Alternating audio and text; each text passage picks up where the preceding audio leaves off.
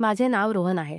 माझे वय 23 वर्षे आहे आणि मी देखाव्यात खूप आकर्षक आणि बुद्धिमान आहे. जी कोणतीही मुलगी मला एकदा पाहते, ती मला पाहतच राहते.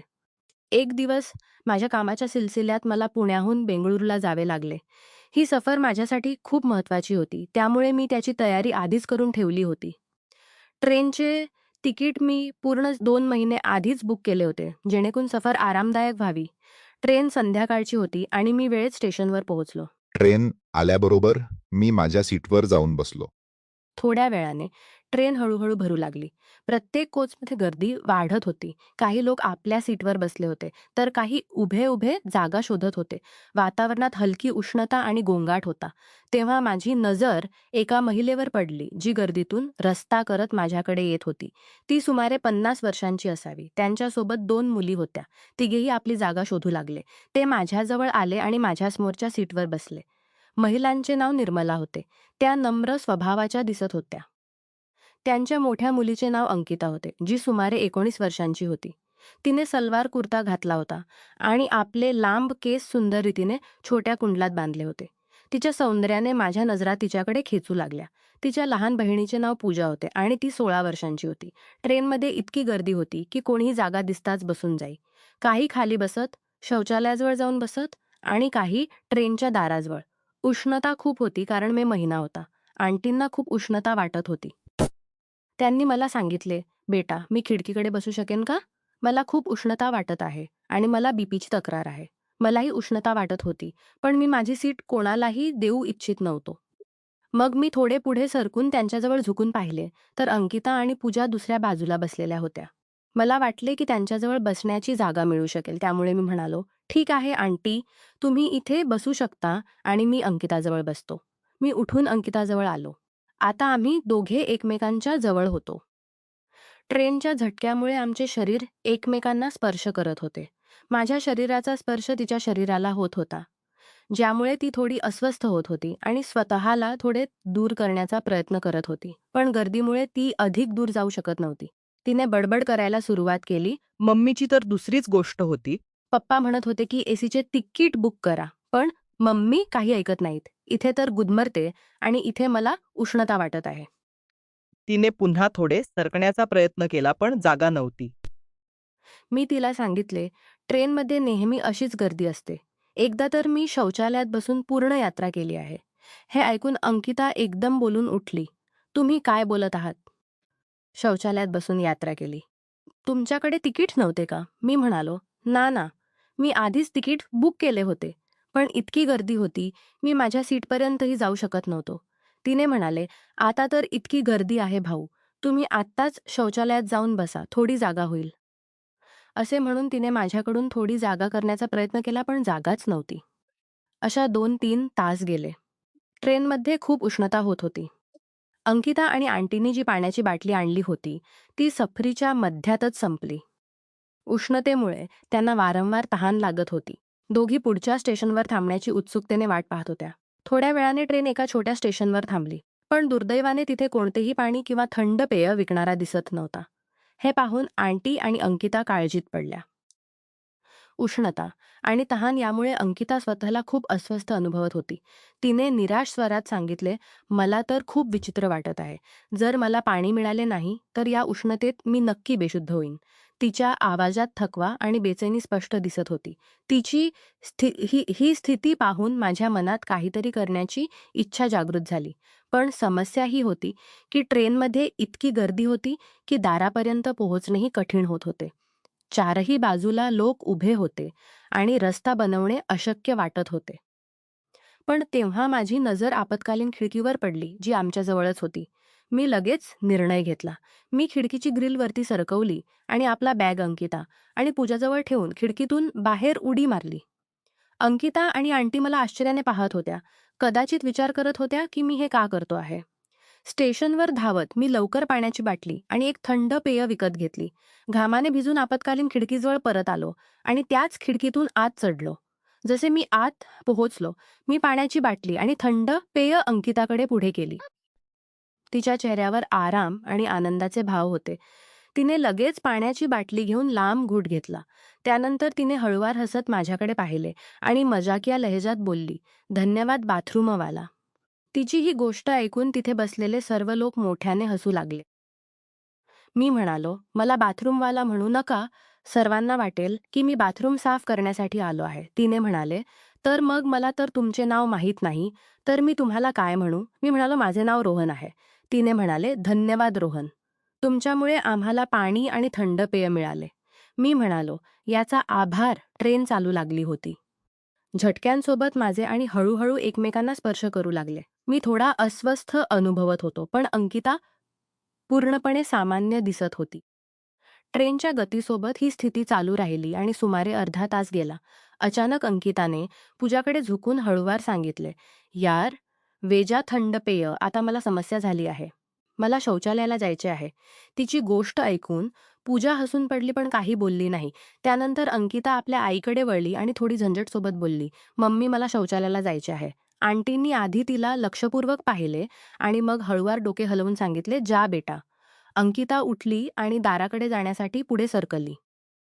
पण जसे तिने दाराकडे पाहिले, तिथली स्थिती पाहून ती थांबून गेली. तिथे इतकी गर्दी होती की लोक फ्लोअरवर बसले होते आणि रस्ता पूर्णपणे बंद होता. कोणी उभे राहूनही एकमेकांना चिकटले होते. ती परत आली आणि चिडून आपल्या सीटवर बसली. अंकिताने आपल्या आईला सांगितले, "खूप गर्दी आहे, लोक खालीच बसले आहेत." अशा स्थितीत शौचालयापर्यंत पोहोचणे अशक्य आहे. मी हे सर्व पाहत आणि ऐकत होतो. तिच्या काळजीत पडल्याचे पाहून माझ्यापासून राहवले नाही. मी तिला सांगितले, "काय झाले? तुम्ही शौचालयाला जाऊ शकता. जे कोणी लोक रस्त्यात बसले आहेत ते उठून जातील आणि रस्ता देतील. तुम्ही प्रयत्न तर करा." अंकिताने माझ्याकडे पाहिले आणि हलकी चिडचिडीसोबत सांगितले, "आम्ही कशी जाऊ? तिथे प्रत्येक जागी लोक बसले आहेत. कोण उठेल आमच्यासाठी?" आंटींनी माझ्याकडे पाहिले आणि बोलल्या, "बेटा, तुम्ही याच्यासोबत जाऊ शकता का? याची मदत करा." मी सहमतीने डोके हलवले आणि सांगितले, "ठीक आहे आंटी, मी याला शौचालयापर्यंत घेऊन जातो." त्यानंतर मी उठलो आणि हळूहळू पुढे सरकू लागलो. अंकिता आणि पूजा माझ्या मागे मागे चालत होत्या. मी रस्त्यात बसलेल्या लोकांना एक एक करून हळूवार हटवण्यास सांगितले. आम्ही जसंतस शौचालयापर्यंत पोहोचलो. मग तिथे पोहोचल्यावर कळले की सर्व शौचालय व्यस्त होते. प्रत्येक दाराजवळ कोणीतरी उभे होते. अंकिता आणि पूजा दोघी माझ्याकडे पाहत होत्या, जणू विचारत होत्या की आता काय करावे. तेव्हा एका शौचालयाचा दरवाजा उघडला आणि एक व्यक्ती बाहेर आली. मी लगेच पूजाला सांगितले, "तू आधी जा." पूजा थोडी हिचकिचाहटसोबत आत गेली. अंकिता वारंवार इकडे तिकडे पाहत होती. मी वातावरण हलके करण्यासाठी हसत हसत सांगितले, "चांगले झाले की तू तुझ्या आईला सांगितलंय, नाहीतर तू तर सीटवर बसूनच काळजीत राहिलीस." अंकिताने माझ्याकडे पाहिले आणि हळूवार हसले.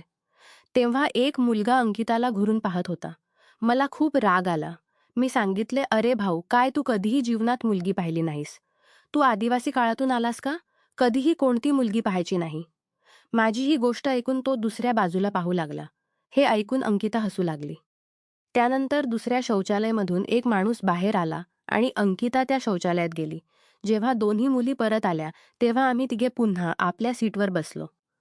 परत येताना अंकिताने आपल्या आईला सांगितले, "मम्मी, जर रोहन नसता, तर आम्ही तिथेपर्यंत पोहोचूच शकलो नसतो." त्याने किती मेहनतीने जागा बनवली आणि आम्हाला रात्रचे 12 वाजले होते. हळूहळू लोक आपले खाण्याचे डबे काढू लागले. चारही बाजूला खाण्याची सुवास फैलावली होती, जी भूक वाढवत होती. अंकिता आंटी आणि पूजानेही आपला बॅग उघडला आणि त्यातून डबे काढू लागले. त्यांच्या खाण्यात भाजी आणि रोटी होती. जसे त्यांनी खाण्याची तयारी सुरू केली, अंकिताने माझ्याकडे पाहिले आणि हसत हसत सांगितले, "रोहन, तू खिडकीजवळ जाऊन बस आणि माझी मम्मी इथे येऊ दे." मी तिची गोष्ट ऐकली आणि कोणत्याही झंझटशिवाय खिडकीजवळ जाऊन बसलो. आंटी माझ्या जागी येऊन आरामात बसली. आता तिघे मिळून खाऊ लागले. अंकिताचा हसतमुख चेहरा आणि पूजाची चंचलता ही पण अधिक सुखद बनवत होती. जेव्हा ते खाण्यात व्यस्त होते, तेव्हा अचानक अंकिताने माझ्याकडे वळून विचारले, "रोहन, तू खाण्यासाठी काही आणले आहेस?" तिचा प्रश्न ऐकून मी थोडा संकोचात पडलो.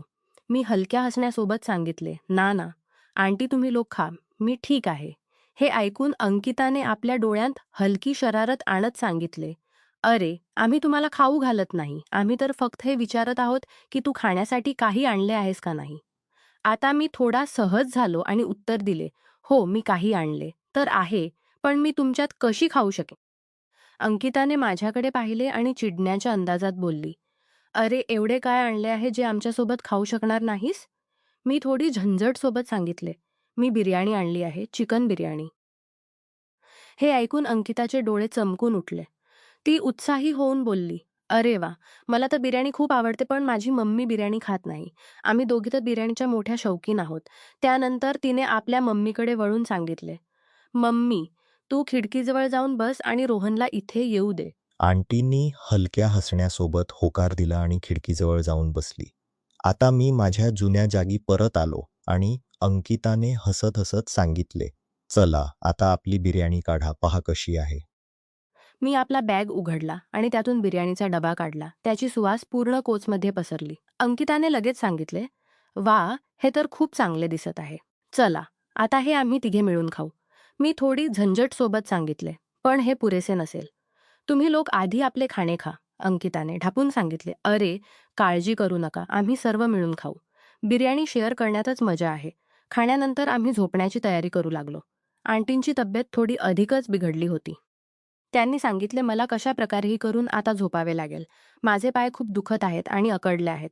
तेव्हा मी अंकिताला सांगितले, "अंकिता, वरचे सामान सीटखाली ठेवून आम्ही दोघे वर बसू शकतो. इथे आंटी झोपू शकतात आणि खाली चटई बिछावून पूजा झोपू शकते. आई चटई आणली आहे."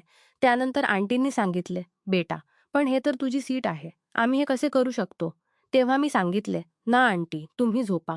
मला वर जाऊन बसण्यात काही अडचण नाही." तुम्ही झोपा नाही तर तुमची तब्येत बिघडेल.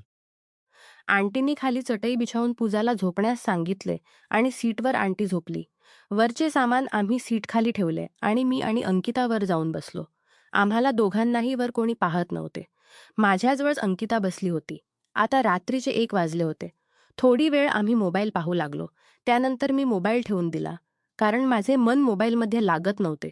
माझे मन तर कुठेतरी दुसरीकडे होते. तेव्हा अंकिताचे डोळे लागले आणि तिने माझ्या खांद्यावर आपले डोके ठेवले आणि झोपण्याचा प्रयत्न करू लागली. त्यानंतर थोड्या वेळात ती झपकी घेऊन उठली. तिने माझ्या खांद्यावर डोके ठेवलेले पाहून मला सॉरी सांगितले. मी सांगितले, "काही अडचण नाही. तू आपले माझ्या खांद्यावर ठेवू शकतेस आणि आरामात झोपू शकतेस." त्यानंतर अंकिता माझ्या खांद्यावर डोके ठेवून झोपली. मी पाहिले की ती झोपली आहे. झोपत झोपत ती पडू नये म्हणून मी आपला हात मागे घेऊन तिच्या कमरेवर ठेवला. तेव्हा अंकिता जागी झाली आणि ती माझ्याकडे पाहू लागली. आमच्या दोघांच्या हृदय जोरजोरात धडकत होते. तेव्हा अंकिताने सांगितले, "तू हे काय करत आहेस? असं केलंस तर मला झोप येणार नाही." तेव्हा मी सांगितले, "झोपणे आवश्यक आहे का?" तिच्यावर तिने सांगितले, "काय तुला इतकी गर्दीत भीती वाटत नाही?" मी सांगितले, "भीती तर वाटते पण या लोकांची नाही तुझी." तेव्हा तिने सांगितले, "मला असं वाटत नाही की तुला माझी चिंता आहे." मग मी लगेच आपला हात तिच्या कमरेवरून काढून घेतला. तिने सांगितले, "काही गोष्ट नाही, घाबरू नका पण यापुढे असं करू नका." त्यानंतर तिने स्वतः माझा हात पकडून आपल्या कमरेवर ठेवला आणि बोलली, "धन्यवाद मला आधार देण्यासाठी. नाहीतर मी पडले असते." सर्व लोक झोपले होते, पण आम्ही दोघे जागे होतो आणि आपसात गोष्टी करत होतो. तिने माझ्याकडे विचारायला सुरुवात केली की मी काय करतो, कुठे राहतो, शिक्षण किती आहे, घरात कोण कोण आहे, मी किती कमावतो. त्यानंतर हळूहळू आमच्या प्रेमाच्या गोष्टीही सुरू झाल्या. आमच्या दोघांच्या मनात एकमेकांबद्दल भावना जागृत होऊ लागल्या. गोष्टी करत करत अचानक आंटी उठून वर पाहिल्या. जेव्हा त्यांनी आम्हाला गोष्टी करताना पाहिले, तेव्हा अंकिता लगेच झोपण्याचा नाटक करू लागली. तेव्हा आंटींनी सांगितले, "अंकिता, तू खाली येऊन झोपा, मी बसेन." तेव्हा मी सांगितले, "ना आंटी, तुम्ही झोपा नाही तर तुमची तब्येत खराब होईल." त्यानंतर मी थोडे अंकितापासून दूर गेलो. मग आंटी पुन्हा झोपली. मला असं वाटत नव्हते की अंकिता माझ्यापासून दूर जावी. थोडी वेळ नंतर अंकिताने माझा हात पकडून मला सांगितले, "झोपलास का रोहन?" तेव्हा मीही तिचा हात पकडला आणि हळूहळू सहलावू लागलो. मग मी सांगितले, "इतकी सुंदर मुलगी जवळ बसून झोपण्याचे मन कसे होईल?" तेव्हा तिने हलके हसून दिले आणि लाजत खाली पाहू लागली. आम्हाला आता खूप थंडी वाटत होती. मी आपल्या बॅगेतून चादर काढली आणि आम्ही दोघांनी एकच चादर घेतली. आम्हाला दोघांनाही झोप येत नव्हती. कधी-कधी मी तिला पाहत असेन, तर कधी-कधी ती मला पाहत असे. मग हळूहळू मी आपला हात तिच्या कमरेवर ठेवला. तिलाही हे सर्व चांगले वाटत होते. त्यानंतर आम्ही दोघे चादरमध्ये न कळता काय बेतूक गोष्टी करू लागलो. आमच्या दोघांच्या मनात एकमेकांबद्दल खूप स्नेह झाला होता. चांगली रात्र झोप आली नाही. सकाळचे 12 वाजले होते आणि ट्रेन पुढच्या स्टेशनवर येऊन थांबली. जशी ट्रेन थांबली, मी आणि अंकिता आपापल्या जागेपासून वेगळे होऊन दूर बसलो. मी आपली चादर ओढून घेतली तर अंकिता दुसऱ्या बाजूला जाऊन बसली.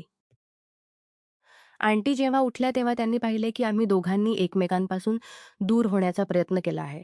त्यांनी अंकिताला पाहिले जी झोपण्याचं नाटक करत होती. आंटींनी तिला हळूवार झटकून सांगितले, बेटा चला शौचालयात फ्रेश होऊया. आत्ताच चाललो तर आरामात होईल, नाहीतर थोडी वेळ नंतर खूप गर्दी होईल. अंकिता अनमने ढंगाने उठली. मग आंटींनी माझ्याकडे पाहत सांगितले, रोहन तूही उठ आणि फ्रेश हो. मी लगेच चादर काढून त्यांच्यासोबत चालू लागलो. आम्ही तिघे वाराफिरती शौचालयात जाऊन फ्रेश झालो. त्यानंतर आम्ही स्टेशनवर उतरून जवळच्या स्टॉलमधून चहा आणि नाश्ता घेतला. आम्ही सोबत बसून नाश्ता केला. त्यावेळीही आमच्या गप्पांमध्ये हास्य आणि मजाकांचा सिलसिला चालू होता. नाश्ता केल्यानंतर आम्ही पुन्हा ट्रेनमध्ये येऊन बसलो.